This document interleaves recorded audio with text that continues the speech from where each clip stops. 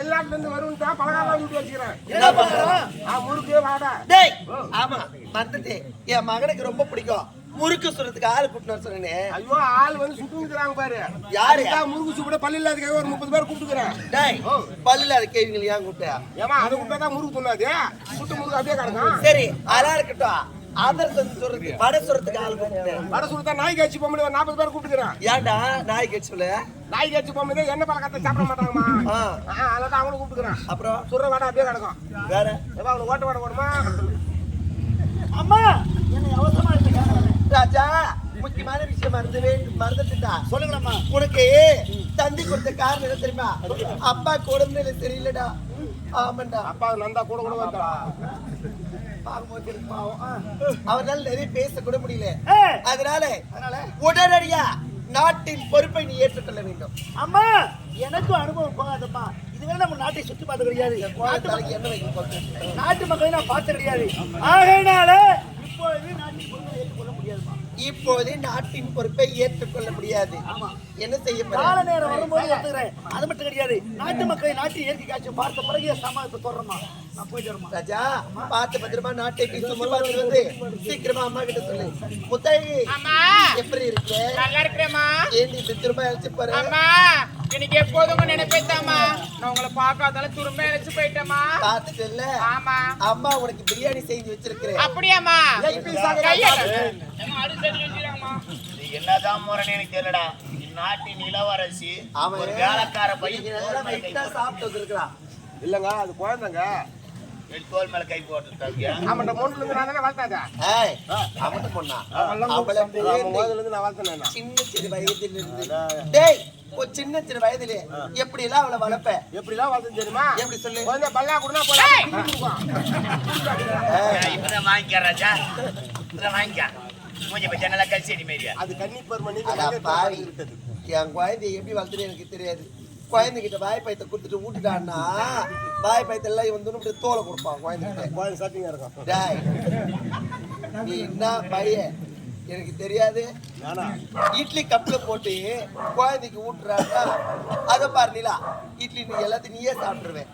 எல்லா இட்லி நீ சாப்பிட்டு குழந்தைகிட்ட கப்பு கொடுத்துருவேன். என் குழந்தை பத்தி என்ன இப்படி திரும்ப அடிச்சு போயிருக்கிறேன். சரி நீ சீக்கிரமா போய் ஓய்விடு. சரிங்கம்மா போயிட்டு வரேன்ப்பா. என் மகன் வந்துட்டான். எனக்கு கையை ஓடல கால ஓடல என்ன செய்ய போறேன்னு தெரியல. இத்துடன் அவை கலையலாம். அதுக்கு கை ஓடலக்கா. அன்பார்ந்த நாடகலா ரசிகர்களே, இவ்வளவு நேரம்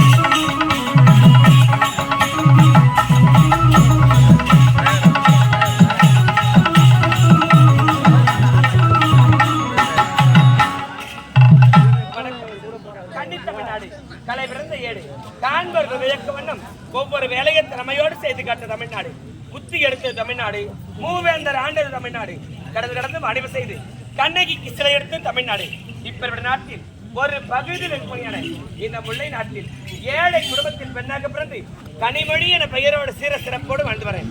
இருந்தாலும் காலையில் எழுந்த உடனே விளையாட வந்துட்டு அம்மாவும் எனக்காக தேடிக்கொண்டிருப்பாங்க. அம்மா வெளியே போயிருக்கிறாங்க. அவங்க வருவதற்குள்ளாக சீக்கிரமா வீட்டுக்கு போயிடணும். அம்மா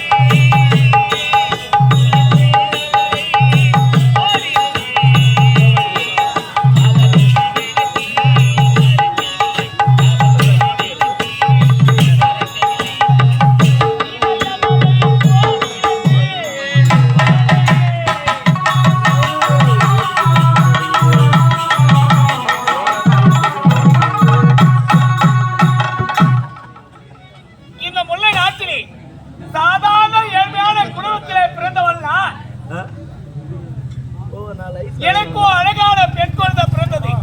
பெண் குழந்தை பிறந்து கொஞ்ச நாளிலே என் கணவர் என்னை விட்டு இருந்திருக்கார். அன்று முதல் இன்று வரை என்னுடைய மகளுக்கு கனிமொழி என்று பெயர் வைத்து சீர சிறப்போடு நாளொரு மேனிய பொழுதொரு வண்ணமாக வளர்த்து ஆளாக்கி வைத்தேன். காலகாலத்தில் அவளுக்கு திருமணத்தை செய்து கண்குள்ள பார்க்க வேண்டும் என்று துடியா துடிக்கிறேன், தவியா தவிக்கிறேன். என்னுடைய வார்த்தை அவ எப்பதான் கேட்க போறான்னு எனக்கு ஒன்றுமே புரியவில்லை. சரி வரட்டும், என்னுடைய மகளை பார்க்கலாம். அம்மா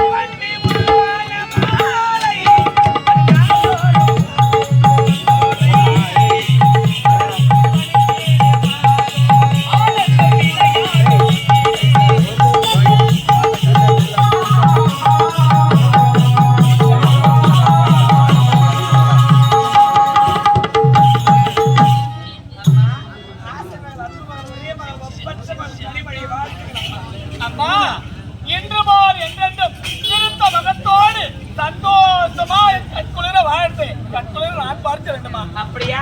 சந்தோஷம். இருந்தாலும் விளையாடி கொண்டிருந்த என்ன எதற்காக சீக்கிரமா வர சொன்னீங்க? எந்த நேரம் பார்த்தாலும் விளையாட்டு விளையாட்டு விளையாட்டே கையா இருக்கிறேன். வேற என்ன ஏண்டி என்னுடைய வார்த்தை நீ எப்பதான் கேட்க போறேன்? ஏமா உன் வார்த்தை என்னதான் கேட்டு நடக்கல? ஏண்டி காலத்தில் உனக்கு திருமணத்தை செய்து என் கண்குளிர பார்க்க வேண்டும் என்று துடியா துடிக்கிறேன், தவியா தவிக்கிறேன். ஏண்டி என்னுடைய வார்த்தை கேட்க மாட்டேங்கிறேன்? அம்மா கல்யாணமா? வீட்டுக்கு வந்ததும் வராதமா எப்ப பார்த்தாலும் கல்யாணம் கல்யாணம் கல்யாணம் கல்யாணம் இதே பேச்சு தானே உனக்கு? நான் வீட்டுக்கு பிடிக்கலையா? எப்ப என்ன கல்யாணம் செஞ்சு வீட்டு விட்டு வெளியே அனுப்புற எண்ணத்தோட இருக்கிறியா? நான் இருக்கிறது ஒரு கஷ்டமா இருக்குதா, பாரமா இருக்குதா? உன்னை பிரிஞ்சு என்னால ஒரே ஒரு நிமிஷம் கூட இருக்க முடியாது. நான் திருமணம் செய்துட்டு போயிட்டா உன்னை யாருமா பாத்துக்குவாங்க? அடியாரியவா? ஏய் இது ஒண்ணு கண்டுடா. என்ன யாரு பாத்துக்கிட்டு என்ன யாரு பாத்துக்கிட்டு? ஆமா. ஏண்டி போலூர் போய் நான் பஸ் ஸ்டாப்ல பிச்சை எடுக்கிறேன். உனக்கு ஏன் அந்த கதை? ஏண்டி ஏற்கனவே இந்த ஊர் உலகம் போறா என்ன தப்பா பேசுது. என்ன பேசுறாங்க? உயிரோடு இருக்கும் போதே ஆண்டாள சொல்லிட்டா ஆமா. அந்த ஒரு புள்ளி வச்சிருக்கிறா, அந்த ஒரு பெண் குழந்தைய அவன் எப்படி கரை சேர்த்த போறா அப்படின்னு சொல்லிட்டு ஊர் உலகம் போறா என்ன தப்பா பேசுது. அப்படியா? அம்மா என்னுடைய வார்த்தை கேட்க மாட்டேங்கிறேன். இந்த நாட்டு மக்கள் எல்லாம் உன்னை தவறா பேசுறாங்கன்னா அந்த அளவுக்கு நான் நடந்துக்க மாட்டேன். உன் விருப்ப பிரகாரம் திருமணம் செய்துக்கிறேன். வேணான்னு சொல்லலை. வீட்டோட மாப்பிள்ளையா யாரு வர்றாங்களோ அவங்களுக்கு கல்யாணம் பண்ணி வை. கண்டிப்பா அவங்களோட சந்தோஷமா வாழறேன். நீ சொல்றதெல்லாம் நடக்கிற வேலையா இது? வீட்டோட மாப்பிள்ளை இந்த காலத்துல யாருமே வர போறாங்க? பதிமலைக்கு போ, பதிமலைக்கு. ஆமா, ஜமுனாபுத்தூர் மலையான பதிமலைக்கு போ.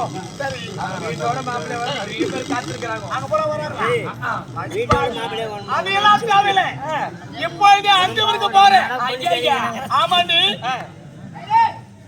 உனது அத்தை மக சேகரன் இருக்கிறான். ஆமா, உனக்கேத்த மாப்பிள்ளை.